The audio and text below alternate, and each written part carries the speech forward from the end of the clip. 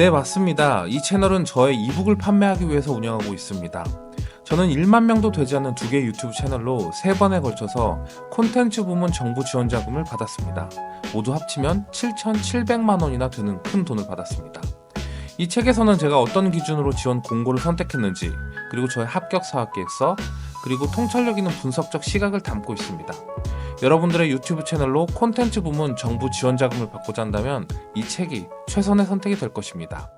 자, 그래서 이번 시간에는 직접 여러분들이 콘텐츠 지원 사업을 들어가서 그래서 그 사업 공고를 보고 여러분들이 어떤 부분을 생각해야 될지, 그리고 어떻게 지원을 해야 될지 이런 것들을 살펴보도록 하겠습니다. 일단 지난 시간에 저희가 2023년 강원 콘텐츠 코리아랩 콘텐츠 제작 지원 사업을 잠깐 포스터를 살펴봤었잖아요.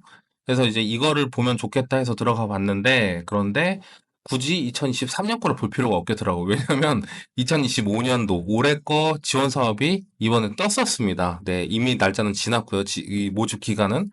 그래서 당연히 올해는 지원이 안 되지만 그래도 이 공고를 보고 내년 거를 또 지원을 하면 좋잖아요. 그래서 이제 이거를 내년을 위해서 한번 공고를 살펴보는 시간을 가지도록 하겠습니다. 자, 그래서 2025년 강원 콘텐츠 코리아랩 콘텐츠 제작 지원 사업 모집 공고 이렇게 되어 있네요. 자, 사업 목적 좋은 말들이 있고요.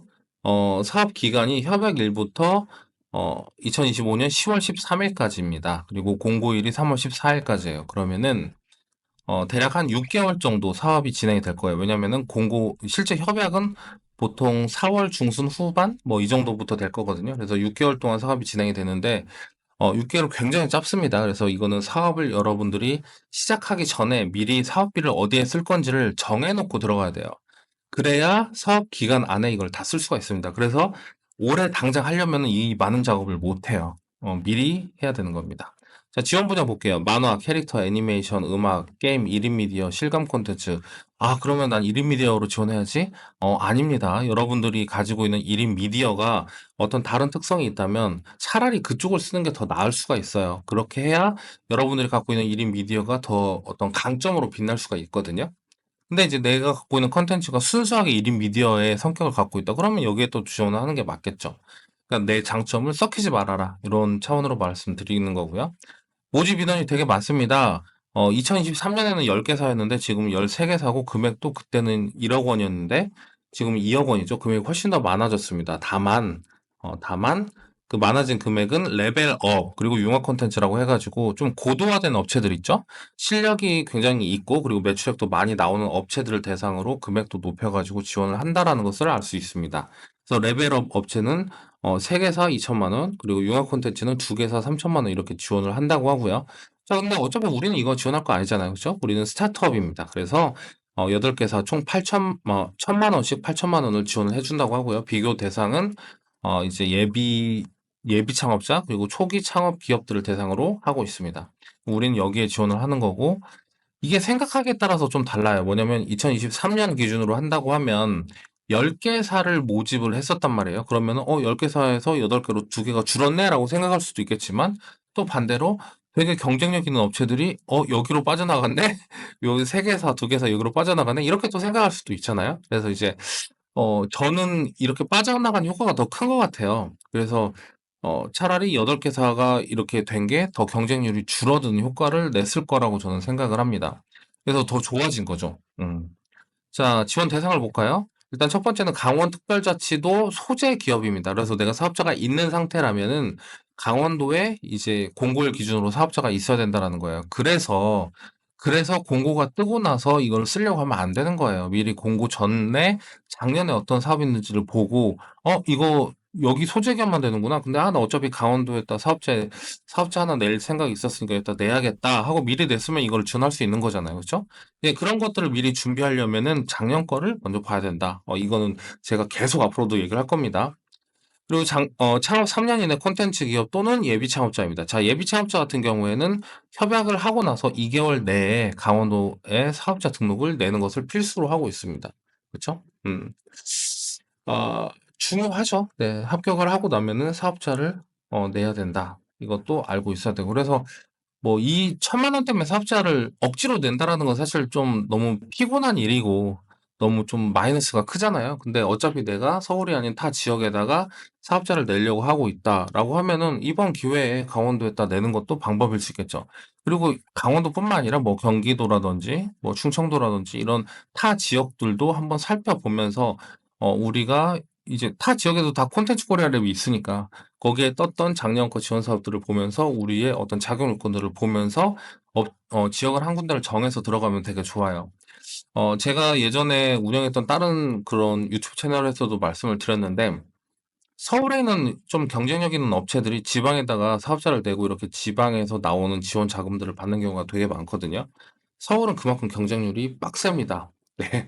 그래서 나라 돈을 좀 받아서 하겠다라고 하면 지방이 훨씬 유리하다. 뭐 이런 것들도 좀 말씀을 드릴게요. 자, 그리고 지원 제외 대상들이 이런 뭐 범죄 기록이라든지 뭐 세금을 안 냈다라든지 뭐 이런 내용들이 있어요. 신용 문제가 있다든지 네, 그런 거 없어야겠죠. 자, 추진 일정 볼게요. 일단 공고가 뜨고 그리고 3월 중에 선정 협약을 4월 중에 진행한다고 합니다. 그래서 이때 이후로 이제 2개월 내에 사업자를 내야겠죠. 사업비 교부를 하고 그리고 10월 중에 데모데이를 개최하고 결산을 한다고 해요.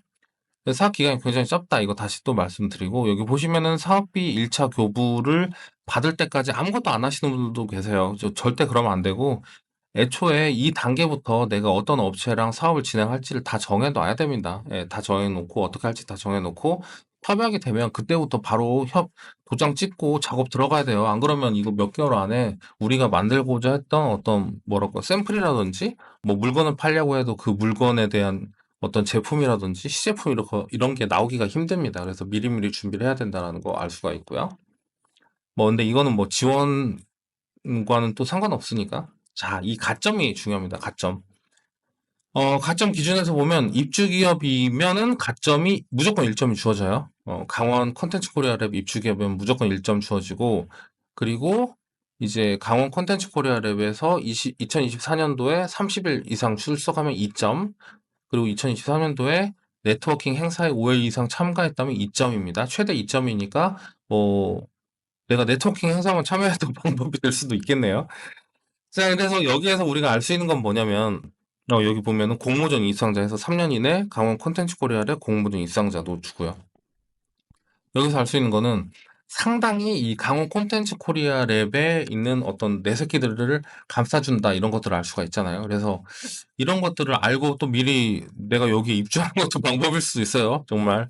네. 그래서 미리 이렇게 준비를 해놓는 게 그것도 방법이에요. 그러니까 뭐 1,000만 원 받겠다고 이거를 미리 입주까지 해 이럴 수도 있는데 이것만 있는 건 아니잖아요. 마케팅 지원 사업이 종류가 되게 많고 여기에 입주를 하게 되면 그 입주된 이후에 또 이 기관에서 나오는 그런 세부적인 사업들이 되게 많거든요. 또 그런 것들도 생각을 하면 어차피 내가 강원도라든지 타 지역에 갈 생각이 있다면 이런 것들을 알고 미리 준비해서 가면은 좋다. 뭐 이런 말씀도 또 드리는 거고 여기 같은 경우에는 내 새끼를 굉장히 이렇게 감싸주는구나. 이런 것들이 있습니다. 그럼 내가 이런 가산점 없으면 지원을 안 해야 되냐? 또 그렇다고 보기에는 이 점이 어떤 극복이 불가능한 점수는 아니에요. 그래서 내가 충분히 경쟁력 있는 컨텐츠를 가지고 있다면 뭐 한번 붙어볼 만하다고 봅니다. 그래서 저보고 이 사업을 한번 평가를 해보라면은 제가 봤을 때는 80점 이상 한번 도전해 볼 만한 그런 사업이라고 보여져요. 왜냐면 모집 인원이 많고 그리고 2점 정도만 극복하면 되고 그쵸? 이 정도는 이제 서류 극복이라든지 발표로 충분히 커버가 가능하다고 봅니다. 자, 여기 서류 한번 볼게요. 지원 신청서 등등등등 엄청 많죠. 네, 엄청 많은데 예를 들어서 여기 보면은 8번 컨소시엄 공동 참여 확약서라고 되어 있죠. 이게 뭐냐면은 내 거 컨텐츠를 이용해서 하다못해 홈페이지나 어떤 시제품을 만들려고 할 때 어떤 업체가 만들어줘야 될 거 아니에요. 그러면 그 업체의 어떤 확약서라든지 그 업체의 이력사항이라든지 이런 것들이 필요할 수가 있단 말이에요. 그러면은 이런 것들은 당연히 미리 준비를 해야 됩니다. 이거 시간이 되게 오래 걸리는 부분이에요. 그래서 이걸 제출을 안 하는 업체들도 있을 거예요. 그러니까 해당 시라고 되어 있잖아요. 그렇죠? 그래서 그렇기 때문에 계속 말씀드리지만 작년 거를 보고 미리 이거를 준비를 해야 된다. 이거는 정말 계속해서 말씀드리는 부분입니다. 이 꼭 서울에서 강원도로 갈 필요가 없어요. 예를 들어서 내가 어떤 특이 지역에 있다. 그러면 그 지역에 있는 콘텐츠 코리아 랩을 지금 오늘 저한테 얘기를 듣는 내용을 받아들여서 '아 여기에서 이런 시각으로 보면 되는구나.' 하면서 미리 보고 여러분들이 준비를 하면 되는 거예요. 저는 지금 요 사업을 홍보해 드리는 게 아닙니다. 생각하는 방식을 전달해 드리는 거예요. 자, 그리고 요 사업 같은 경우에는 되게 장점이 있어요. 뭐냐면 직원 인건비를 사용할 수가 있어요.